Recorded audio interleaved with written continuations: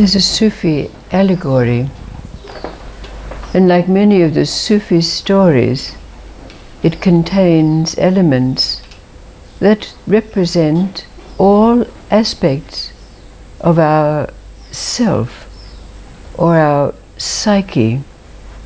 So let's see what this rather long Sufi allegory brings up for us. It's a story about Hamid. He was a young and very handsome man, and he was trained as a tailor, and he was a very good tailor, but he was most unhappy with his life. He wanted adventure. He wanted to sail the 7 seas. So he gathered himself up and he went to join a ship that was sailing out into the great oceans. But as it happened, a huge storm came by and the ship foundered. And he found himself washed up on an island. Now, he was the only one who was saved from this vessel, so he was alone. But he looked around, and of course, being hungry, he found that the only thing that inhabited the island were birds. So he was able to take some of their eggs to sate his hunger. But after doing so, he wandered around to explore the island. And when he did, he came to a small pool. And when he looked in the pool, he could see something gleaming. So he dug with his fingers and dug out a shell. Now, being a tailor, he had a pair of scissors which he kept on his belt. So he took his scissors and he prized open the shell.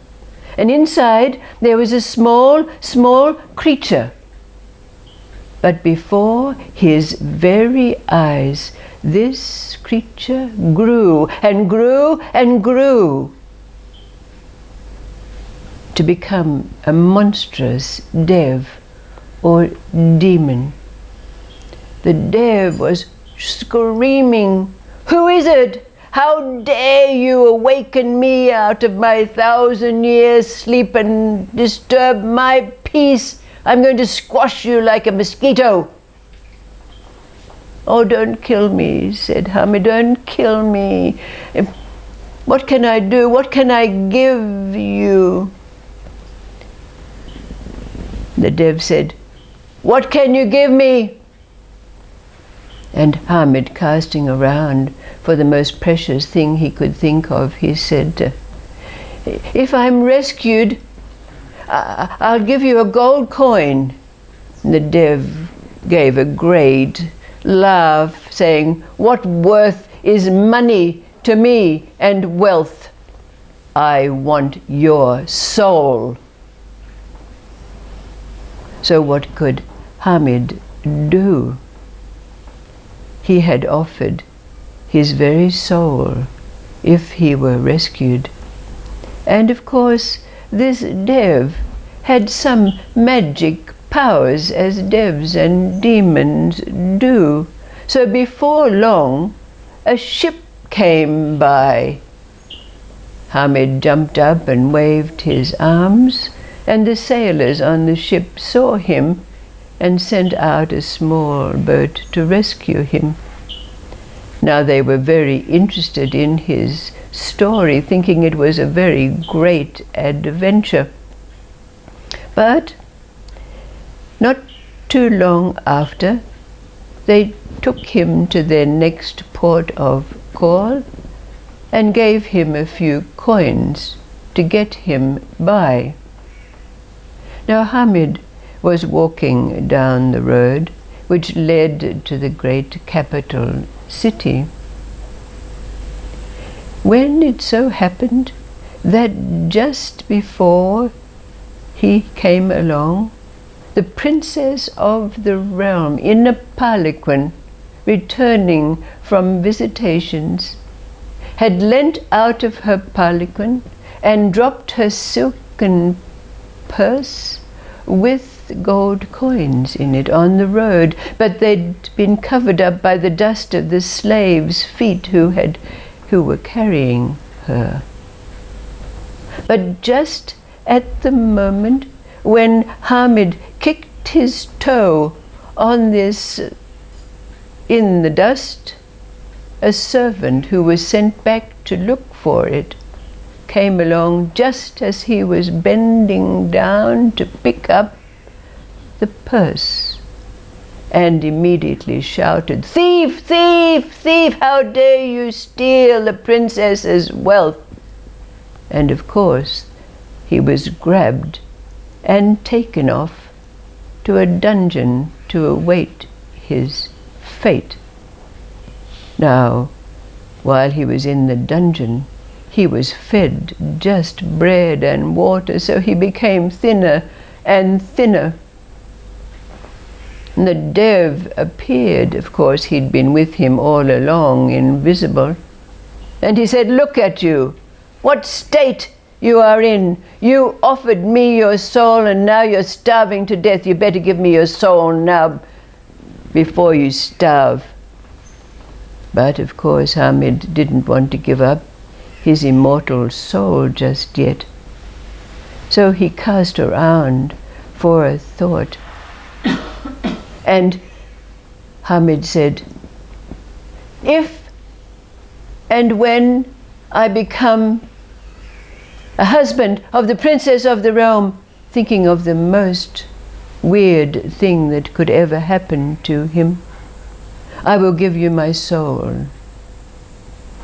Well, of course, this Dev did have his magic powers, but there were other things going on too, and as it happened, there was an old woman who had been passing by when the event happened on the road, and seeing this handsome young man being falsely hauled off, she went to the judge and told the story of how she had seen this young man being taken to jail when it was no fault of his own, because she had witnessed him picking up the purse after it had been dropped. So the judge thanked her for her kind thoughts and her bravery in coming to him, and said he would take care of it. So a few days later, the jailers came down for Hamid, saying, "Now you are going to be hauled off before the court and get your due for stealing."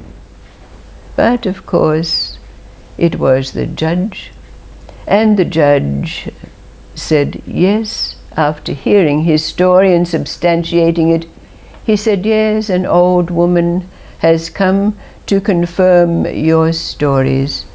You are free to go."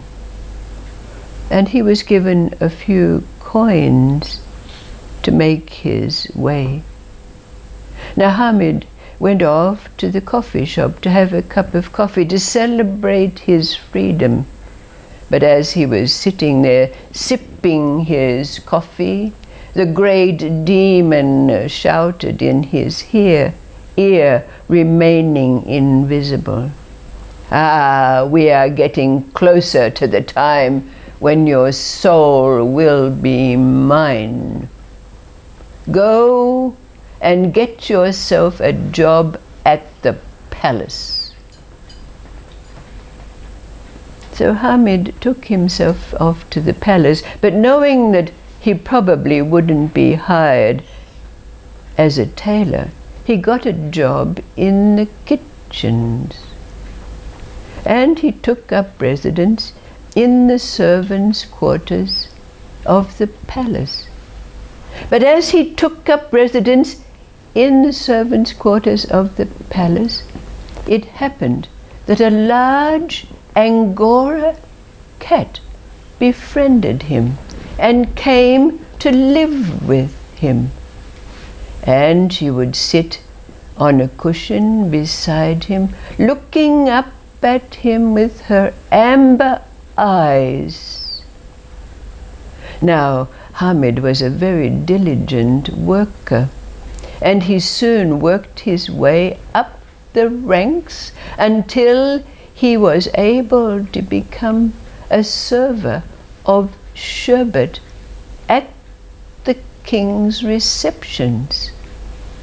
Now, he had made a pair of satin pants for himself as soon as he had the wherewithal to buy the material. So he looked so handsome when he was serving the trays of nectar. And as it happened, the princess of the realm saw him and instantly fell in love. The very next day, she sent her maidservant to the king to say that she had fallen in love with the sherbet server, and she would marry no one but him. Well, of course, the king was affronted and called his advisors and his viziers, and they all admonished the princess for her choice. But she insisted, but the king stood his ground. But just as he was saying, "Never, never will you marry such as this," she fell into a swoon, a coma from which she could not be roused. Now, of course, the demon, came again to Hamid and said, gloatingly, "Soon you will be mine. Your soul will be mine. I have worked my magic."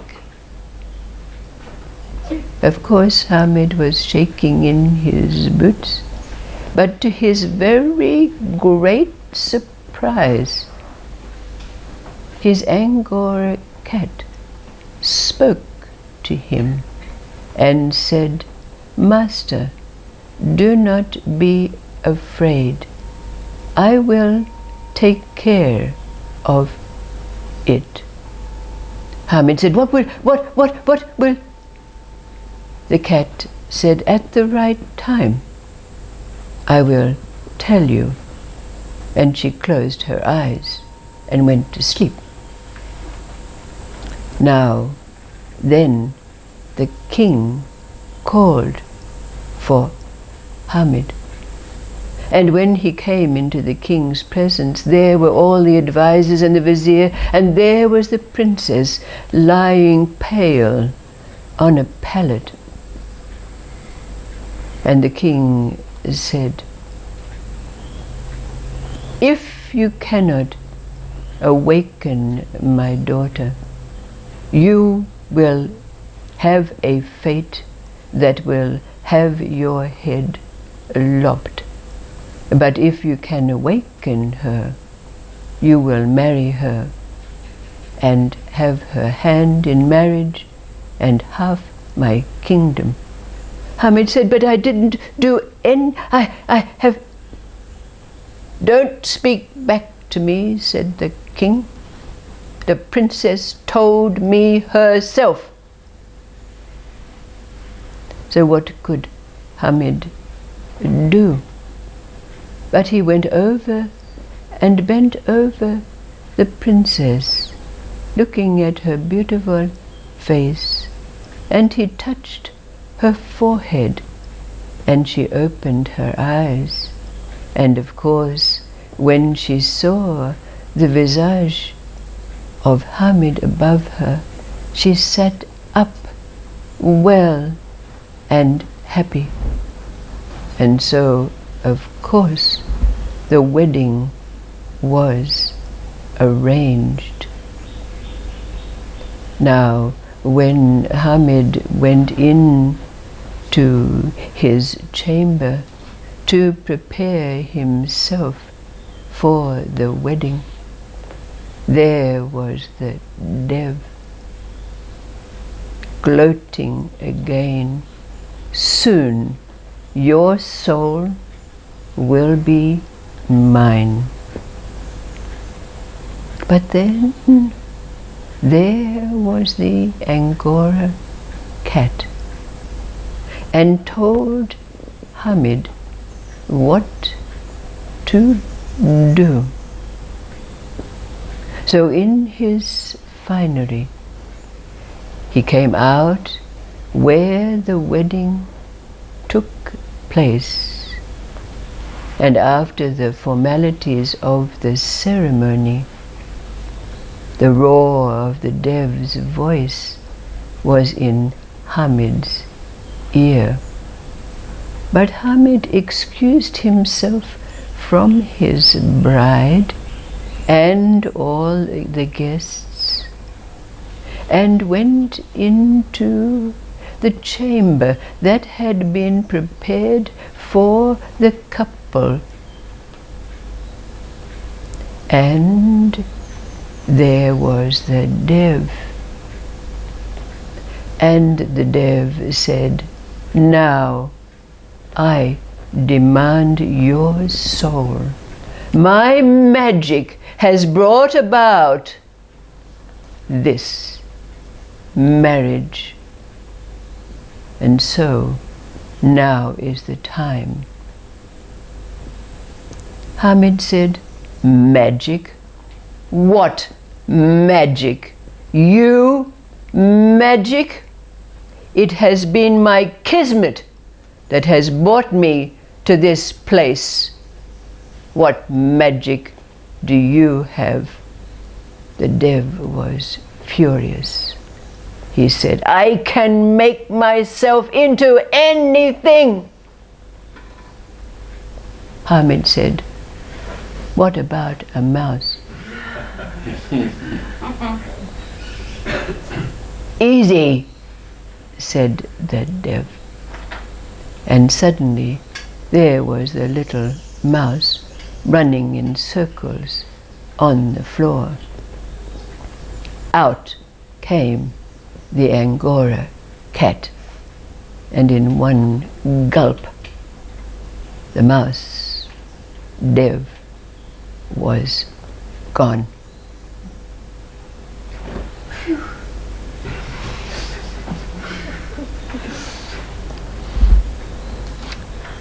We can all, no doubt, recognize what the aspects of this story represent in us.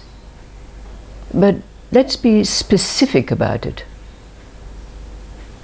What does the Angora cat represent for you? Our instinct.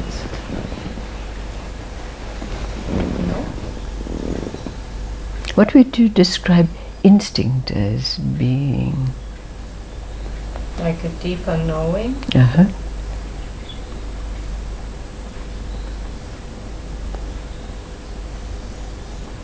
Something that appears to us unbidden, real.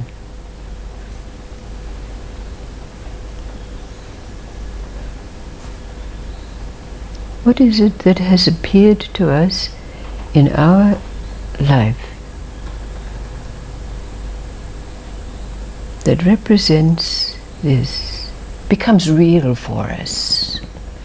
Something that becomes tangible at last for us. What is it in us?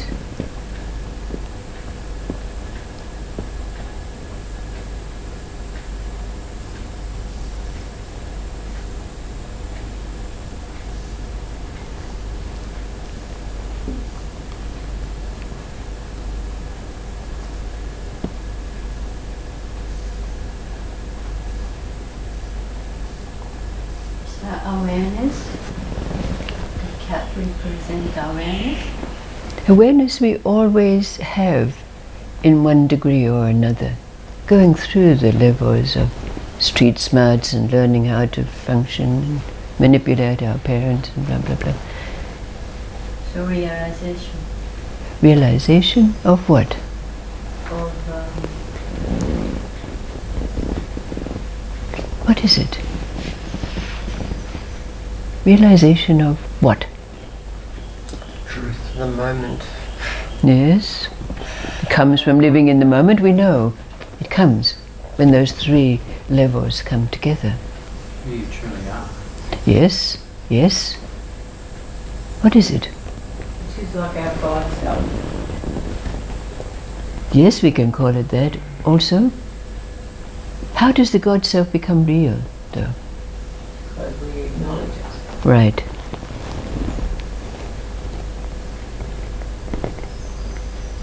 I think it's like really trusting in something deeper inside yourself, that you don't need any evidence outside. Right, sir. You don't need Absolutely. anyone to confirm Absolute. to tell you that. Right. You just know that. You know it, isn't it? And even though initially you might struggle with that, Yes, you do come to that place of realising that's yes. fundamentally. You acknowledge it and it's real, isn't it? And then you're given permission to be it. Yes, absolutely.